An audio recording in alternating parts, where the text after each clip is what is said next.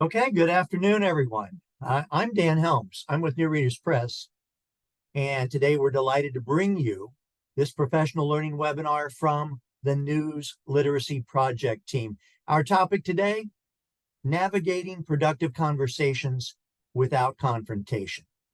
Now, whether you're at work, school, in church, out with friends, or even at a family reunion, I think we've all learned how important this skill can be.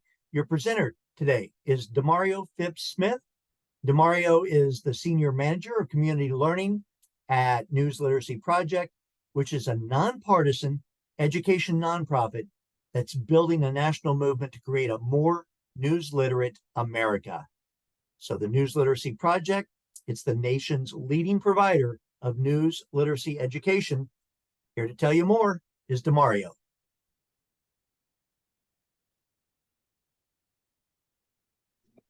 Thank you so much for that lovely introduction. That was amazing. Thank you so much.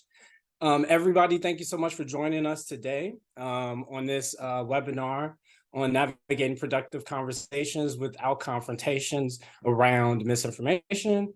Before we begin, I would like to share that my colleague from the News Literacy Project, Ali Quick, will be help moderating the chat, dropping some resources for some news literacy tips and some tools that you can use throughout this discussion. There will be an opportunity for you to ask questions, plenty of opportunities. The first will come about midway through the presentation, where I'll stop for questions and we can reflect on the information that we talked about before moving on to the latter part. And then at the end, we'll have space for a Q&A as well. But if any time you feel the need to ask a question there, you can use the chat or you can wait for the Q&A later, whatever you prefer. So without further ado, let's begin. Discussing current events with someone who believes in disinformation can be really difficult. Misinformation has become a major issue of our time. It spreads like wildfire across our social media, infiltrates our conversations, and influences our decisions. While misinformation is not a new phenomenon by any means, its consequences have become more pronounced than ever. It impacts our health, influences our politics, our society, and even our personal relationships. However, I'm a firm believer that the power of news literacy can help us combat misinformation within our communities and allow us to have productive conversations around it. During this webinar, we'll give you tips to help guide your conversations with people who believe in conspiracy theories and other forms of misinformation by addressing why misinformation manipulates emotions and draws people in. We will also provide strategies for having civil conversations and offer resources to help debunk falsehoods. So thank you for joining us today. I ask that we all begin this webinar with an open mind and a commitment to learning. And thank you so much for joining us today. First things first, a little bit about myself. I'm DeMario Phipps-Smith. I'm a journalist and a former communications professional. I've worked everywhere from traditional newsrooms to digital media startups. And I am particularly passionate in this work about helping amplify the voices of marginalized communities and focusing on misinformation that pertains to marginalized communities. If for some reason I am not able to get to your question, or you have something that you want to ask, outside of this, please contact me at my email at DeMarioPhipps-Smith@newslit.org. Again, if for some reason we're not able to get your question, please just email me and I'll get back to you as soon as I can. So if you want to know more about news literacy and learn more about news literacy skills and tips, please visit newslit.org. We have a plethora of resources. They are all free, especially aimed and geared towards educators and youth. So if there's any youth educators in the webinar today, please share this with your network and help people get connected to our mission to help combat misinformation and spread news literacy. Thank you so much. So our mission at the News Literacy Project, we're a nonpartisan national education nonprofit. We provide resources, tools, tips, and other forms of education for educators and the public to learn and to share news literacy tips. Our vision is that we can embed news literacy in every facet of the American experience, that people of all ages and all backgrounds can be able to identify credible sources of information, which will help empower them to become active and engaged citizens in our society. Hence is why we believe news literacy is essential to the health of our democracy. Right? We believe having access to credible information is the baseline of civic literacy, being able to vote and participate within our civic structure, being able to be an active part of your community, right? Hinges on you being able to find credible information that you can trust, which you can act upon civically.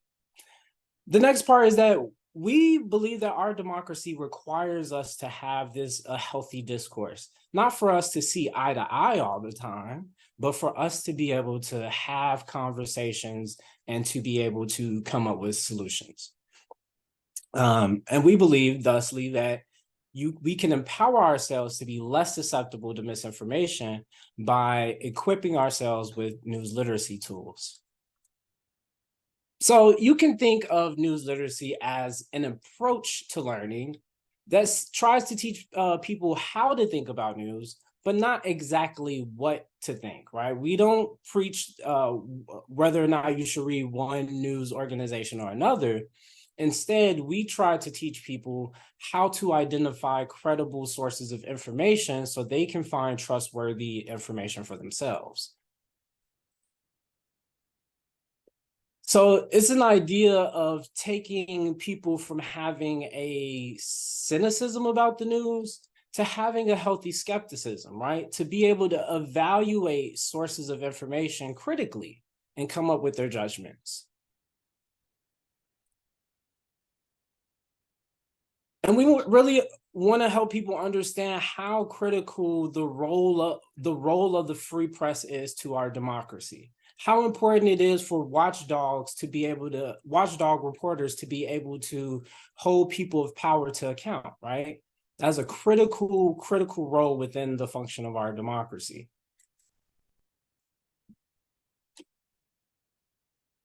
Again, the News Literacy Project is a nonpartisan national education platform. We focus on a nonpartisan approach to the learning with very clear learning objective and standards, right? We understand that it takes both sides of the line to be able to get this work accomplished and to spread this mission across the country. So let's jump right in. What is misinformation, right? We hear so much about it. We might have seen it on social media, run across things that aren't true. But there's a lot of different definitions and terms that get thrown around loosely. And let's start by defining what it really means. Misinformation is anything false, inaccurate, misleading, or incorrect, regardless of its intent to deceive, regardless of it if it's created intentionally by a disinformer or just shared by somebody who didn't necessarily know that this was misinformation. The issue is that there's a very thin line between what's real and what's fake these days, especially in this digital era where there is so much manipulative tools. AI manipulation is growing now. And we've seen, for decades now, Photoshop and other editing tools be at the crux of so much digital manipulation. The truth about misinformation is that it is really hard to determine the source of it at times, because it can hinge upon at least a small nugget of truth, right? The problem with it is that people can take a very small truth about a thing and make it into a very large thing. And that's how conspiracy theories start. So the very nuanced nature of misinformation has caused the journalism, the news industry, our society at large to be very concerned about the reality of our social media and our digital landscape. So within the last maybe the last decade or so, professional fact-checking organizations have arose.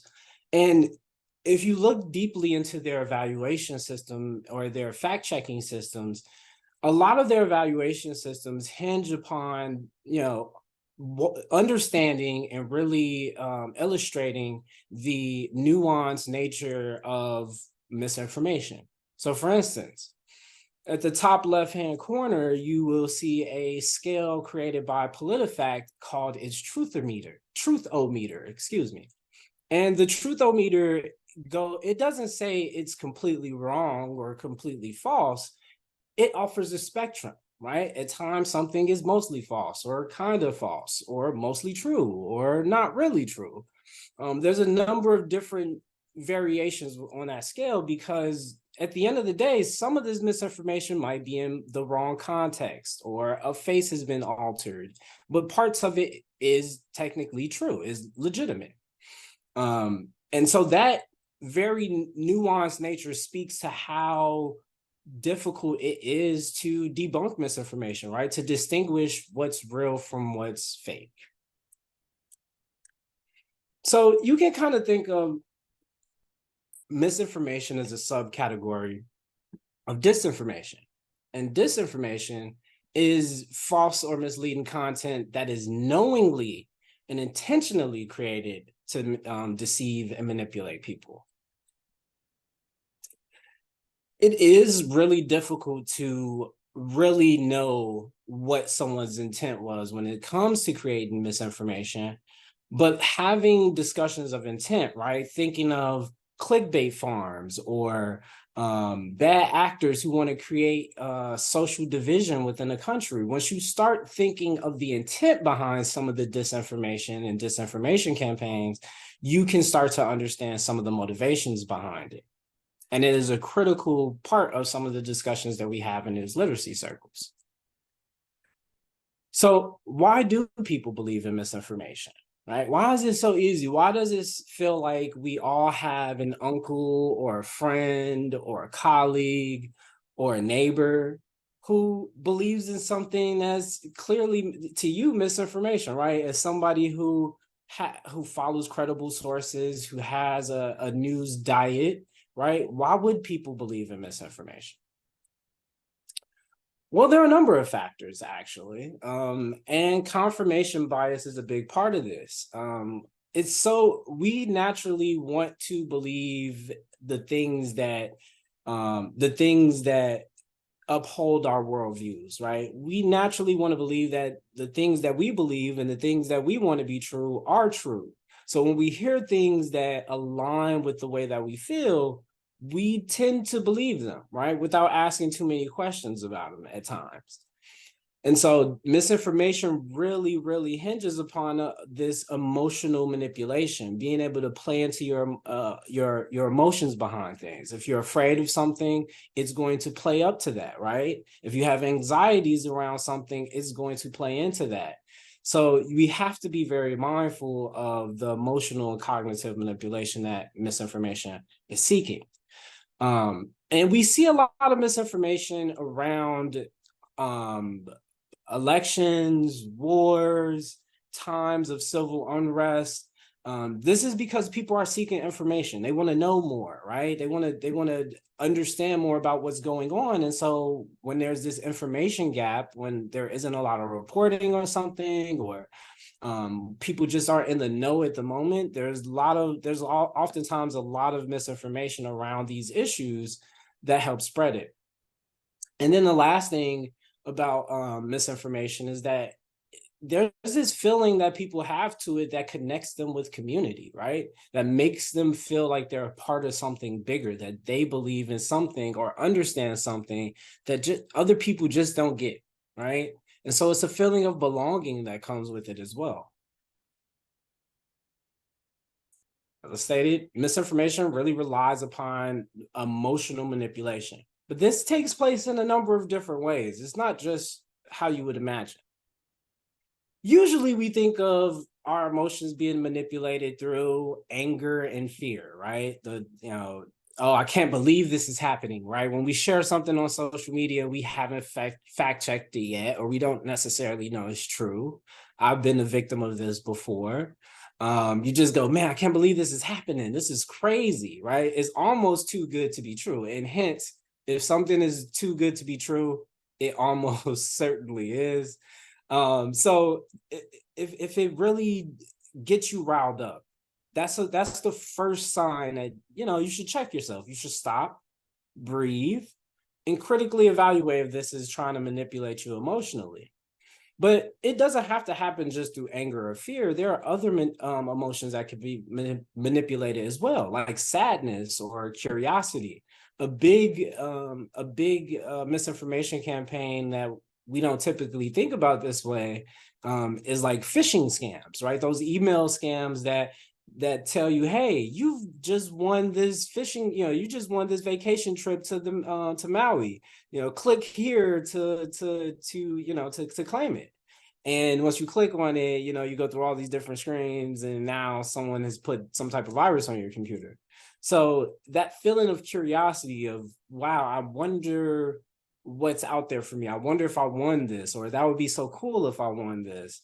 That can also be manipulated as well. So it's really trying to elicit a really strong emotional response from you, something so strong that you would respond emotionally before you respond logically, right? Before you really think critically about this. Misinformation works because it overrides our rational thought processing and allows our emotional thought processing to take over, right? This feeling of, or this thought of, this feels true, right? This has to be true because it feels true. Well, it feels true because it's aligning with your worldview and your confirmation bias. So of course it feels true, but that should be a sign that maybe it isn't. In this work, we have also identified that teens who naturally, biologically at least, their brains haven't developed yet completely. And there's also the idea that they're digital natives of some sort, which is misleading, because no one is born on the internet, right? No one is literally born on Twitter or Facebook or some social media. We're all born into the real world, and then we learn how to use these tools as we grow. So I think a lot of times people misunderstand youth as having everything understood about news literacy when they're actually a target group within some of the work that we do. We believe that all groups need it, including teenagers as well, who a lot of people would assume would be digital natives, but there's really no such thing. On the other side, we find that older adults are also susceptible because of things like having a lack of access to technology, and then also just, in a sense, being, at that age, being kind of stuck in your ways, learning things at that point, learning who you are, you become more rigid in your ways. And so thus, at times, for some demographics of older adults, it can be harder to adapt to some of these newer tools. So we try to take people from a state of emotional reasoning, looking at content and social media posts and drawing conclusions based off of whether something feels true, to a state of, of rational reasoning, where they can process information and evidence and facts and other assumptions and determine if some conclusion is logically supported. Again, maybe we might not ever reach complete rational reasoning, but we want to move people to a state of more rational reasoning. So a good example of misinformation trying to play on your emotions is this image that went viral during the early pandemic stages, that played upon parents' fears of, getting their child sick, right? Or hurting their child in some way, right? Don't make your child take a jab pick, like, it's very inflammatory language, because everyone feels for their children. Everyone wants their child to be safe, right? And not to be harmed. But to spread to spread this misinformation campaign about the vaccination is actually what's more dangerous for your child, right? Like, to spread misinformation about the way how vaccines work is more dangerous. So when it comes to misinformation campaigns, some of the things and conspiracy theories, this is how some of these things work. So last year around this time, this month actually, Senator Patty Murray tweeted that Republicans wanted to end Social Security and Medicare if they got the Senate. And so the Washington Post fact-checked this tweet, and they found that there was no evidence. There was nothing that could substantiate her claim. And this is often something that we see on social media, by different political candidates. They will throw unsupported, unsubstantiated claims, kind of mudsling each other at times. But this is how misinformation is spread. This is how conspiracy theories start, because the people who follow Senator Patty Murray will have their views confirmed about the things that they already feel about certain political parties. Oh, well, Patty is saying it and she's in the, she's part of the government, then it must be true, right? So these type of tweets, this type of content is part of the reason why, or a good example of how misinformation spreads and how people buy into it. Again, this is our natural tendency of readily accepting information, even if it's false, as long as it agrees with our worldviews. Another example, or a different example of how conspiracy theories spread is this example that happened near the January 6th insurrection, where a pipe bombing incident happened, where people online were trying to connect Representative Marjorie Taylor Greene to the pipe bombing incident using photos and videos of the alleged pipe bomber, saying that the pipe bomber's walk was very similar to Representative Greene's walk. But just because you put two pieces of videos up next to each other doesn't mean that they're true, doesn't mean that it's evidence of something else, right? But by placing those two things together, it makes it look like it is clear-cut evidence, even though it hasn't been substantiated at all. And these were completely false claims. And so this is an example of motivated reasoning, which is, in a sense, kind of like the opposite, or the yin to the yang of confirmation bias. On the other hand, where confirmation bias is a natural tendency, motivated reasoning is a deliberate attempt to interpret information in ways that confirm what you believe and help you discredit things that try to disprove your point.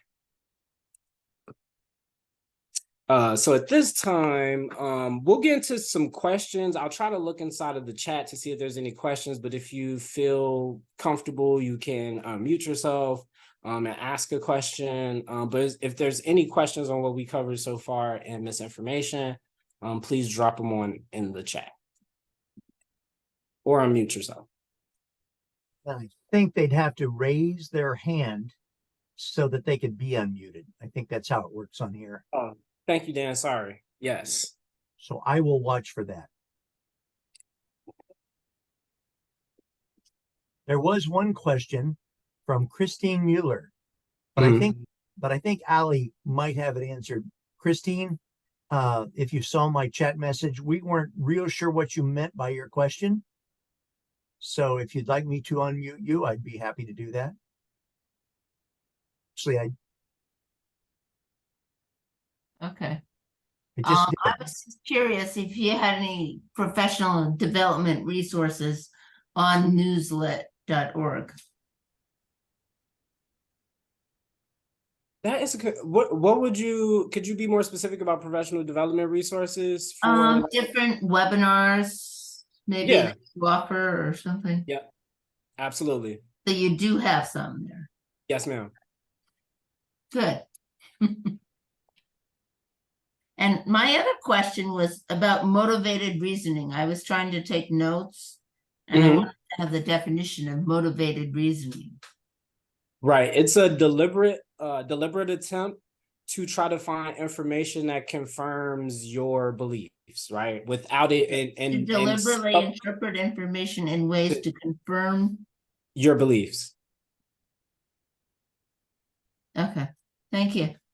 Yep. Okay, I don't see anyone else's hand up. I'm going to go ahead and put Christine back on mute for now. And there are 2 questions in the It's in the Q&A. Q&A. Yes, Yeah. we can share the PowerPoint after the training. Absolutely, Mike. And then Terica says, do you know any websites where I can find reliable news sources that don't have so much misinformation? Well, we actually get into this in a number of our other trainings, but we do go into the standards of quality journalism.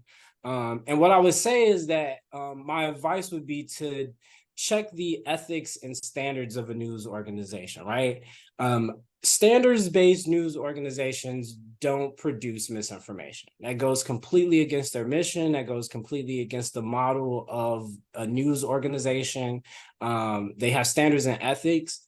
And so I would say that it would be a benefit to you to check out the standards and the ethics at any particular news organization and use that to determine whether or not if it's trustworthy for you. Great question. But hopefully, by the end of this presentation, we aren't so dismayed by the news, right? We will learn, hopefully, that there are a number of news organizations that have standards and ethics in the way that they work, and their purpose is to inform us about the happenings of our world. So, great start. Let's jump into the second. Oh no, there's more questions. Let's see. Okay, cool. Oh yeah, we will be recommending. Well, I'll mention some more fact-checking organizations later in the presentation. I wouldn't necessarily say we recommend anyone. I would say to well, you'll see more later in the presentation, but I would say just to be able to check them all out. I think they all offer different things. And if you stay tuned to the later in the presentation, you will see a really cool fact-checking organization that the News Literacy Project has created as well. Okay, cool. So let's get back to the presentation. Again, there will be a section at the end for us to have a Q&A. So if I don't get to them, if I didn't get to your question now, or you don't feel like asking it now, you can always ask it there. Thank you.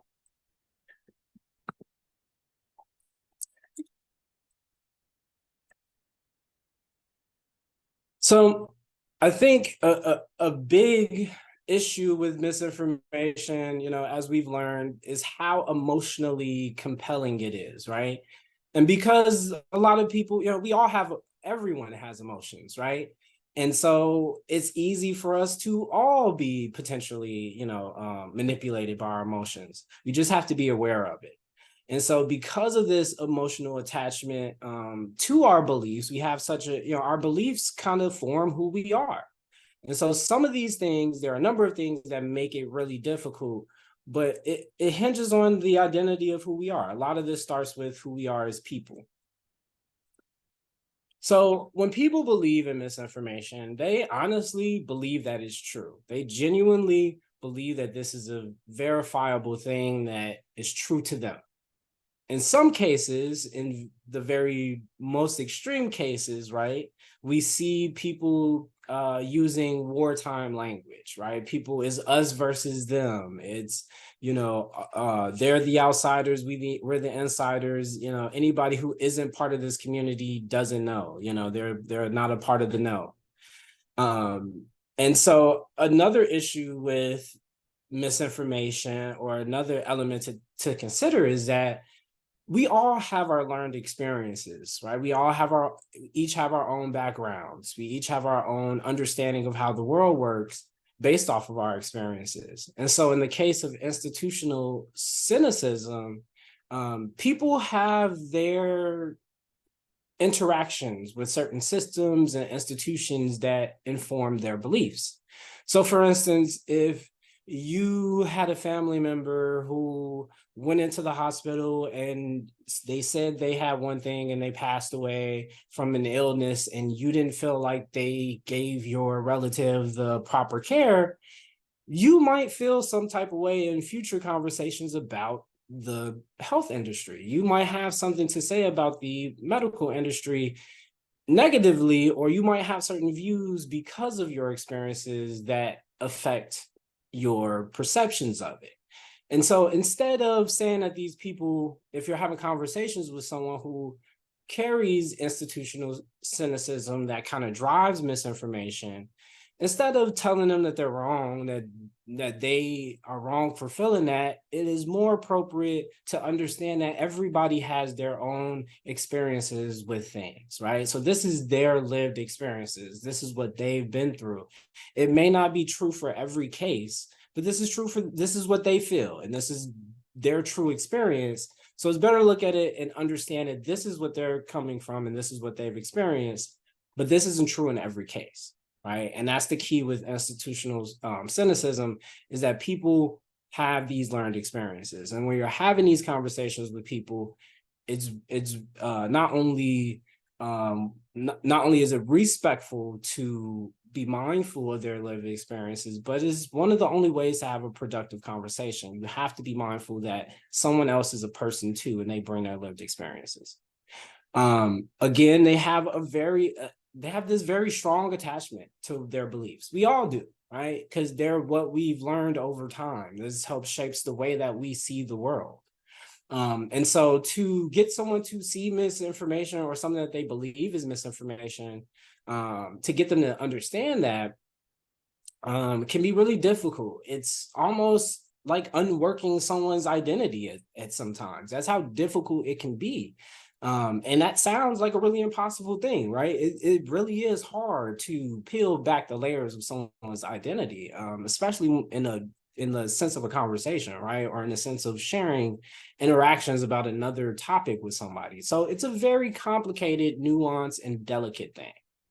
Let's just land some groundwork for it. So we believe in a system we call PEP. It's an acronym for patience, understanding that it's going to take time. This isn't something that is going to happen within a day, within a week, sometimes in a month, right? Sometimes these conversations can be ongoing.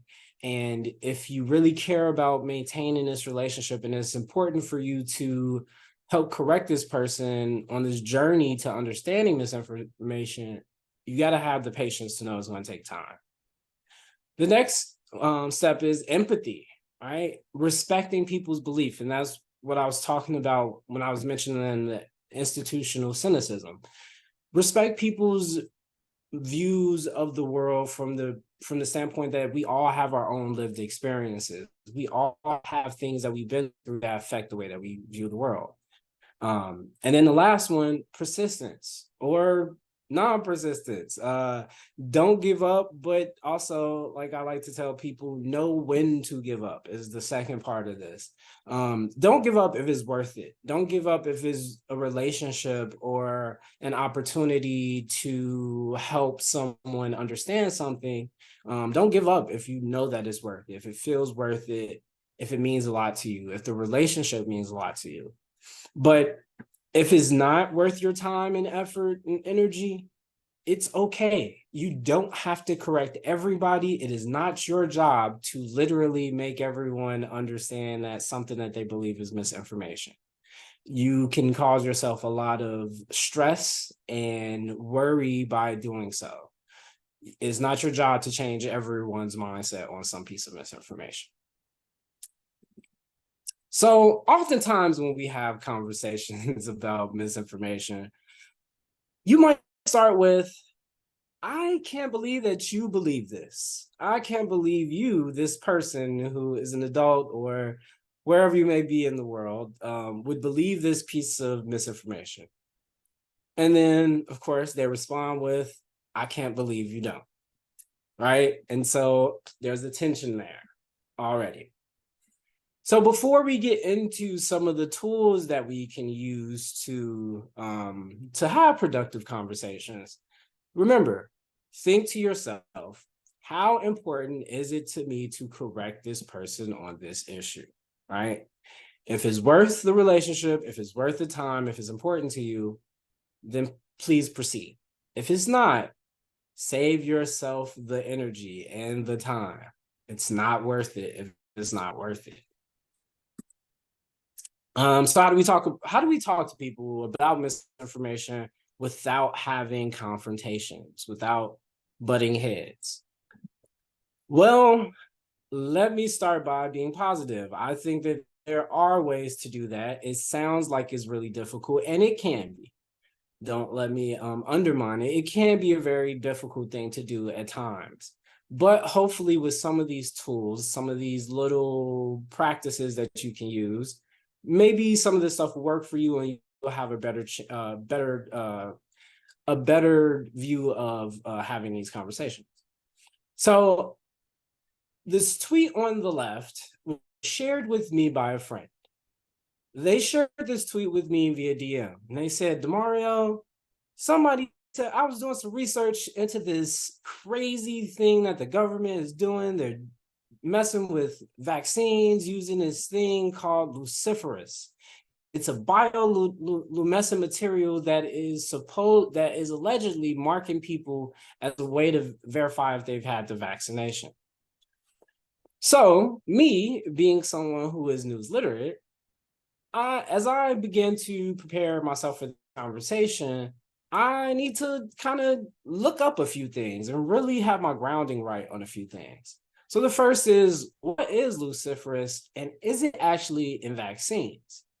The next, what is NTD News, right? I don't recognize that place. I mean, if you look at the left-hand corner of the photo, you'll see the logo. It kind of looks like a news organization, but never heard of that. And then what sources can I find that also discuss this claim, right? I don't really know if I trust NTD News, so are there other people talking about it as well? So I did a media's bias fact check on NTD News. It's a cool tool to use. You can check some of their evaluations on biased news organizations and the work that they do, and kind of plotting them on different for different metrics. According to Media Bias Fact Check, NTD News is a right-biased news site that has editorial positions that favor the right and questionably biased on the promotion of conspiracies, propaganda, and lack of transparency, right? On the scale of least or most extreme to the left or most extreme to the right, they are almost completely to the right with the extremity, right? And so I talked to my friend. I responded after looking them up, and I said, well, I've never heard of NTD News. So I looked them up using this fact check, and they don't seem very credible or partisan at all. So I did, however, continue to do some research. And so I found another piece of information that conflicts with some of this stuff, and I would love for you to check it out. So I share with them an article from Reuters, right? And Reuters performed a fact check on these claims and debunked it. They found that this was completely untrue, that people connecting luciferase because of the name Lucifer and luciferase, connecting it to the mark of the beast because of the COVID vaccination is just one of those age-old tropes that we see spark up every, couple decades about, Bible conspiracies and pandemics. And so they responded, they didn't really like that. The person I was talking to, my friend who believes this, says Reuters isn't a great news organization. Why should I believe Reuters? I don't know anything about Reuters. Are they even in America? Well, I did a fact check. I did a media bias fact check on Reuters as well. And the evaluation came back that Reuters was one of the least biased platforms that has objective reporting, very high factual reporting due to proper sourcing of information with minimal bias and a clean fact-checking record. And so it's also recognized as a leader in international news and hard news reporting since 1851. It is literally a paradigm of journalism. It is a hallowed institution in news. But still, this person was not convinced. My friend was not hearing it. He is not a fan of Reuters. He does not believe Reuters and does not read Reuters. So this conversation could end here. But if I decided to keep it going, well, all right, maybe you don't believe a news organization, but maybe a person that believes in this misinformation might be more likely to believe medical institutions. So I did some research, got some more feedback from WebMD, who also fact checked this and said COVID vaccines do not contain luciferase. The term lucifer is actually Latin for light bearer, and luciferase refers to a chemical process that allows animals to glow, right? So it has nothing to do with vaccinations. But this person says, you know, DeMario, I'm not the biggest fan of this either. I'm not the biggest fan of WebMD. I don't know this doctor personally. I don't know this group of doctors personally. I still don't believe this. Okay, well, this is another point where you could say, well, I've given them a reputable news organization and more medical health experts who also debunk this theory, but they still don't believe it. Well, this is also a point where you can say, okay, I wash my hands, I'm done, this person isn't going to listen. But for some reason, if this relationship is really important to you, or you believe that you can really get through to them, this last step might be the one that does it. If you can't get through them with news and reputable news sites and, you know, experts in this subject matter, then perhaps you can get the original source documents themselves, right? If you can actually credit or attribute back to the original source document, what other argument can people have? And trust me, I know they'll come up with other arguments. But in this case, I pulled up the US patent on luciferase. And according to the abstract, it's really seeking to help mark certain things within animals and used in biotherapeutic and diagnostic medical procedures. So nothing about the vaccination, nothing about COVID in here, nothing at all. And at this point, if the person still doesn't want to find credit in this and still doesn't want to believe this, you might have a little bit of an issue on your hand. It might be a really good time to step away because you've given them, I like to go by the source of three. I like to go by the rule of three, excuse me. If you're giving them three different credible sources that are believable, that are reputable, that are evidence-based, that are logic-based, and they still don't believe you, then that's, you know, kind of like the three-strike rule, you know, like that might be a good time to bow out and to protect your energy and time. Again, if the conversation starts to devolve and you all are arguing or fighting or things get a little wild, you're not going to be able to change everyone's mind. These are deeply held beliefs, right? These people believe in the misinformation as much as you believe in helping correct them. So these conversations can be challenging, but when they do get too heated, if you just need to disengage just for some minutes, some hours, some days, some weeks, maybe you disengage completely. But it is always a good idea to take a step back when things devolve into arguing matches and shouting matches. Again, debunking misinformation is not worth, to this degree, is not worth your time and effort, right? This person is bent on believing this. This is what they believe is a part of their identity. And maybe in these conversations, you won't get through to them.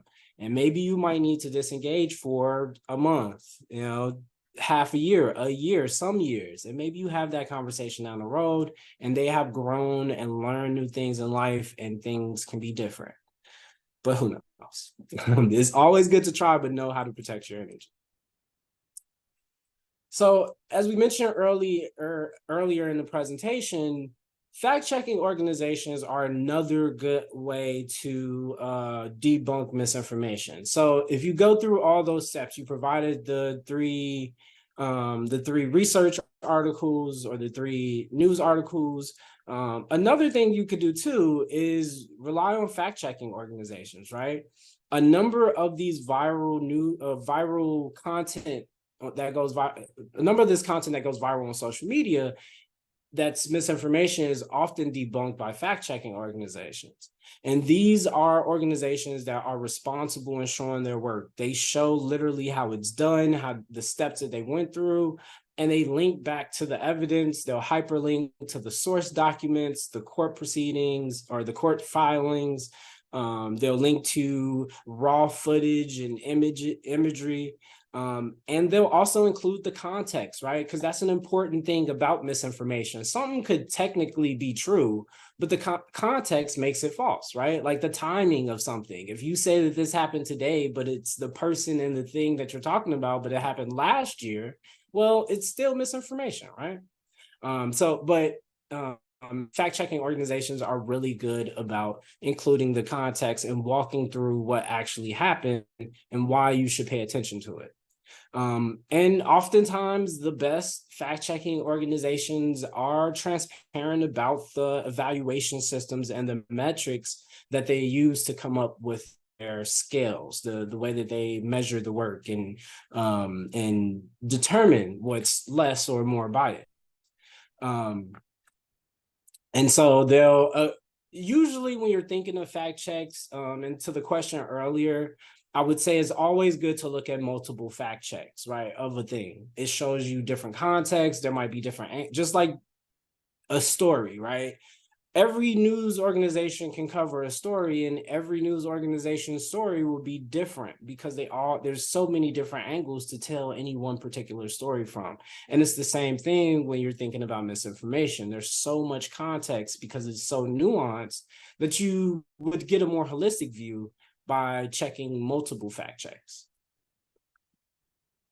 So there are a number of fact-checking organizations that have emerged over the last, I would say, 20 or so years, with the oldest being Snopes, who is the oldest fact-checking organization on the web, PolitiFact by the Poynter Institute, factcheck.org. A lot of these organizations have been started by newspaper or journalism industry giants or collaborations and committees to help fight against misinformation, to help debunk misinformation. You also have a number of these fact-checking organizations that serve like Spanish-speaking communities and other marginalized communities like Maldita. They cover the Spanish-speaking and I believe Southern American communities, in Africa Check, of course, covers the African communities and communities of the African diaspora. And also, as of last year, we created rumorguard.org as a fact-checking platform to help people be able to have agency in debunking misinformation in their daily lives as well. I think the thing that I love and see kind of is different about rumorguard in a lot of ways is that we really help walk people through the steps to be able to debunk misinformation themselves.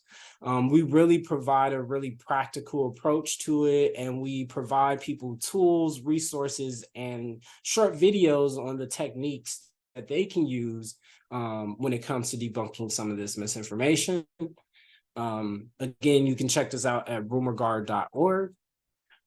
We base this work on the 5 factors, and this 5-factor system, of course, is basically like principles that, basically you can take into your everyday approach to misinformation as well.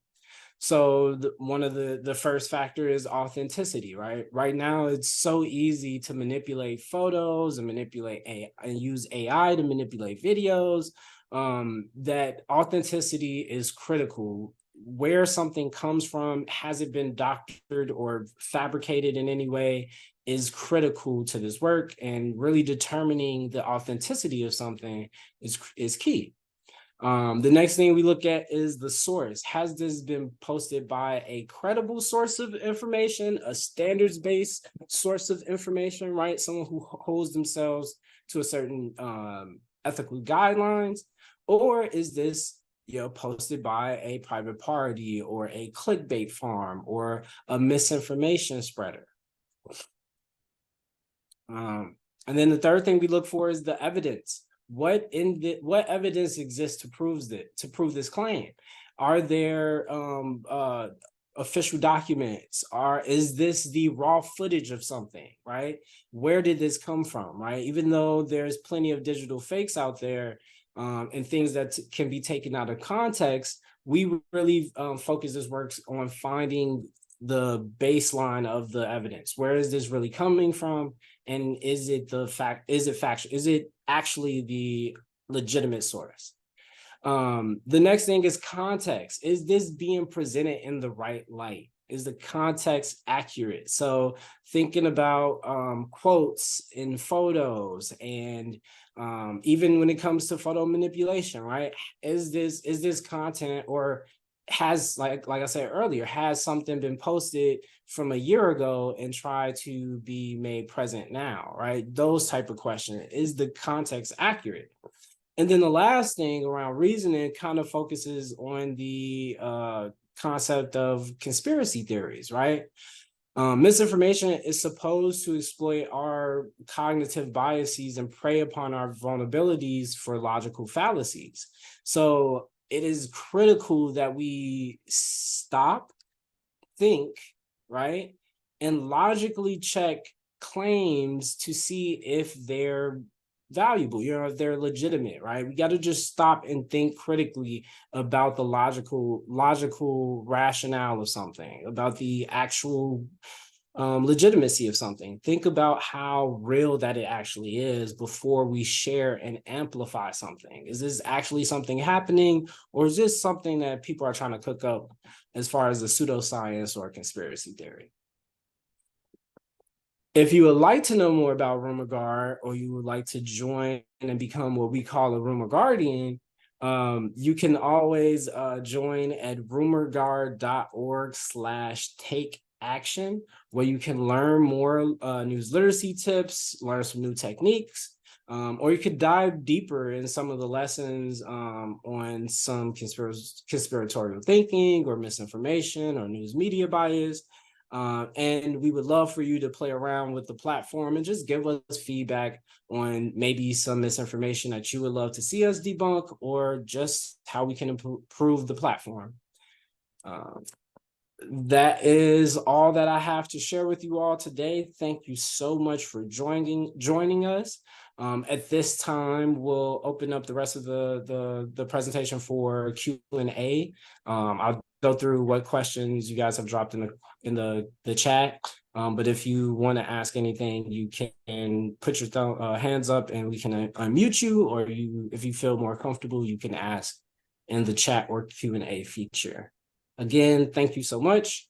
You can follow us on all of our social media to the right. And yeah, look forward to your questions. Okay, I have unmuted Tom Bartholomew. Hi, DeMario. I really enjoyed your talk today.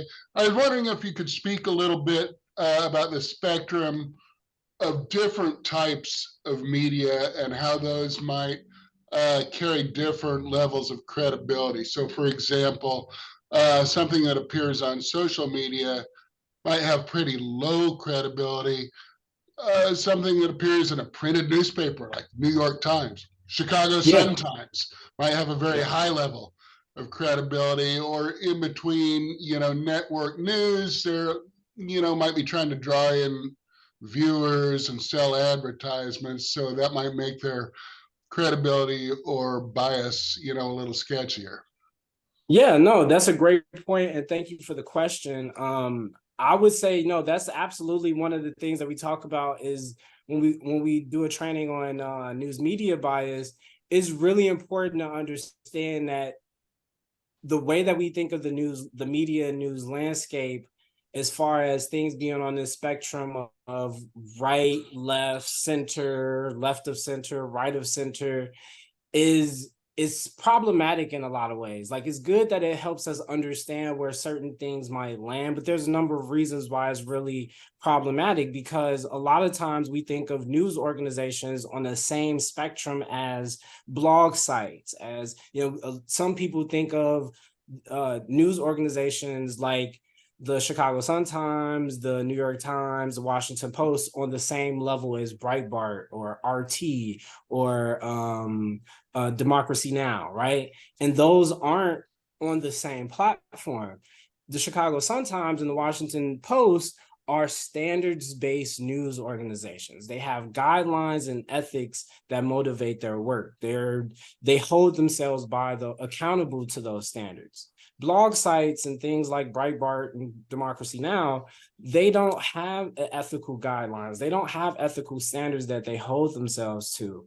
And so I think, if you all would like to know more, you definitely go to newslit.org and learn more about some of our discussions on news media bias. But I would definitely say that, yes, it can be a very problematic thing in this current landscape, because a lot of people tend to think of news organizations on the same, measured in the same way that they do blog sites, and that's not accurate. And DeMario, there were two questions in Q&A, but they're both the same question, and I can answer those. They want to know, Okay. Is this being recorded? Will there be a certificate? Yes, everyone who registered for the event today will receive a follow-up message from New Readers Press in about a week. It will contain the link to this recording, and any of the resources that you saw today will be shared in that follow-up message.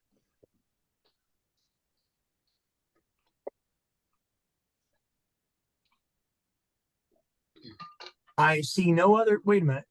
Nope. The other question was just someone else saying, great presentation. Thank you. Let's see. I see one more comment in chat, and that's from Allie. Allie, who's also with the News Literacy Project, has been pasting some links in chat. And she said, here's a little bit more to explore about news media bias. All right. So we're out of questions. I really want to again thank DeMario Phipps-Smith and Allie for being with us today and helping us with this presentation.